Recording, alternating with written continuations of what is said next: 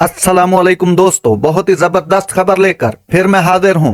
गौतम गंभीर के नफरत अंगेज बयान पर शाहिद अफरीदी का मोहब्बत भरा जवाब आ गया।